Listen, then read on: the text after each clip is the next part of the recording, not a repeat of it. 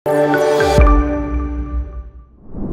pemirsa Herald Indonesia, dalam edisi Herald Update kali ini kami menyajikan berita menarik seputar berita dalam negeri, olahraga hingga mancanegara.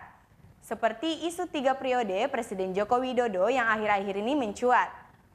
Juga penetapan tersangka pendeta Saifuddin Ibrahim. Ada juga Portugal yang lolos ke Piala Dunia 2022 di Qatar. Dan yang terakhir ada informasi terkait perang Rusia dan Ukraina. Yuk mari kita lihat berita selengkapnya. Pertama ada berita dari dalam negeri. Isu jabatan Presiden Joko Widodo yang menjabat selama 3 periode mencuat akhir-akhir ini.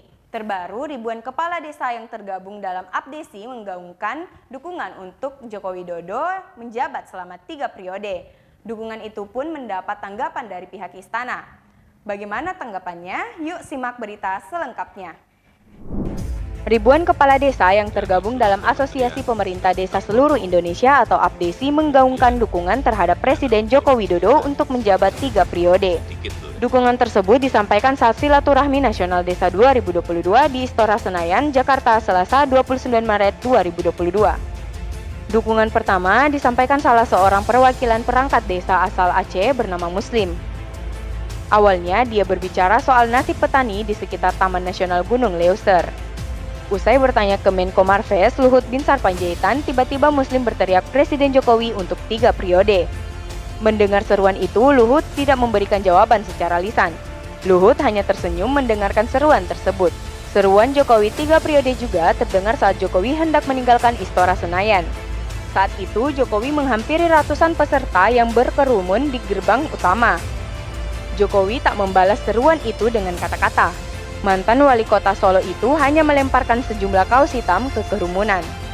Sementara itu, pihak istana angkat bicara soal dukungan kepala desa untuk Jokowi.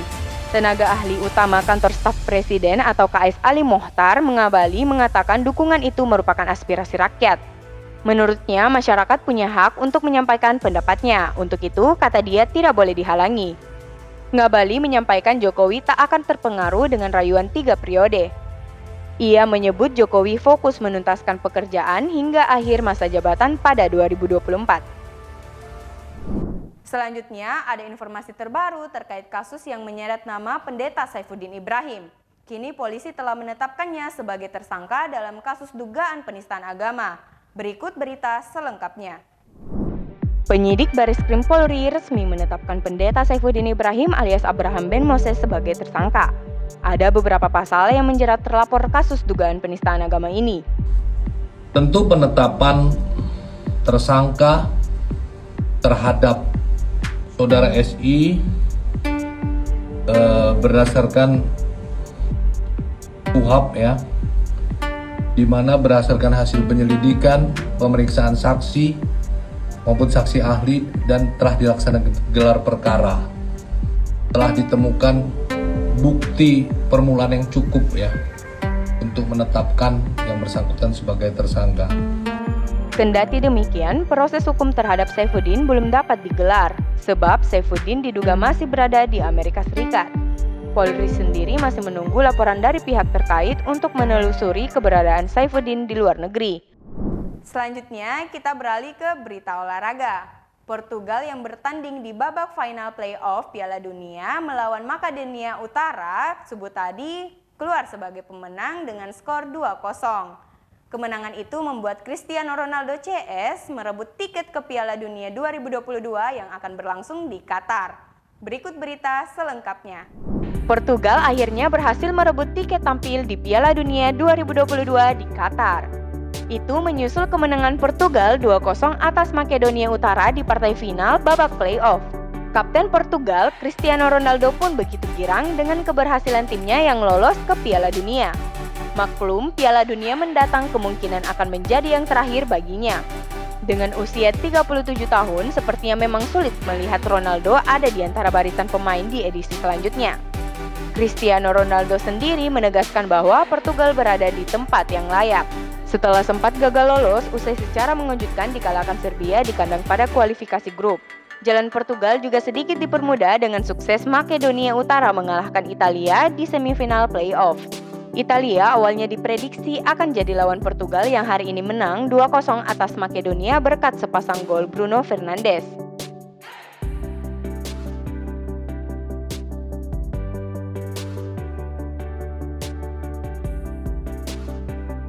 Kemenangan untuk Portugal berarti mereka sekarang lolos ke Piala Dunia ke-6 berturut-turut. Pelatih Portugal, Fernando Santos pun berharap bisa juara. Terakhir ada lagi berita dari perang Rusia dan Ukraina. Rusia yang menarik pasukannya di Kiev mendapat respon dari Gedung Putih Amerika Serikat. Amerika Serikat memperingati sekutunya untuk tidak tertipu dari langkah yang diambil Rusia. Bagaimana tanggapannya? Yuk simak berita selengkapnya. Beberapa pasukan Rusia mundur dari kota Kiev. Dalam video yang beredar, sejumlah tank berbendera Rusia dan VDV terlihat dalam perjalanan menuju perbatasan Ukraina ke Richista dan Gomel, Belarus. Di tempat itu, mereka akan dimuat ke platform kereta api. Hal ini sesuai dengan pengumuman Kementerian Pertahanan Rusia bahwa mereka akan mundur dari Kiev. Mundurnya pasukan Rusia di Kiev pun mendapat tanggapan dari Pentagon Amerika Serikat.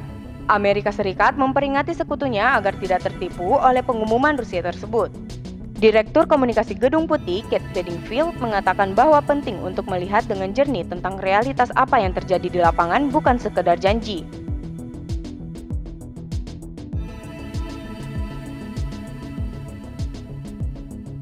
Pernyataan itu menegaskan komentar yang datang dari Pentagon sebelumnya yang memperingatkan bahwa Kiev telah dibawa ancaman. Sementara itu, Presiden Ukraina Volodymyr Zelensky baru saja mengatakan bahwa meskipun sinyal dari pembicaraan di Turki positif, hal itu tidak meredam ledakan peluru Rusia yang menghujani Ukraina. Nah, itulah tadi berita yang dirangkum Herald Update di edisi kali ini.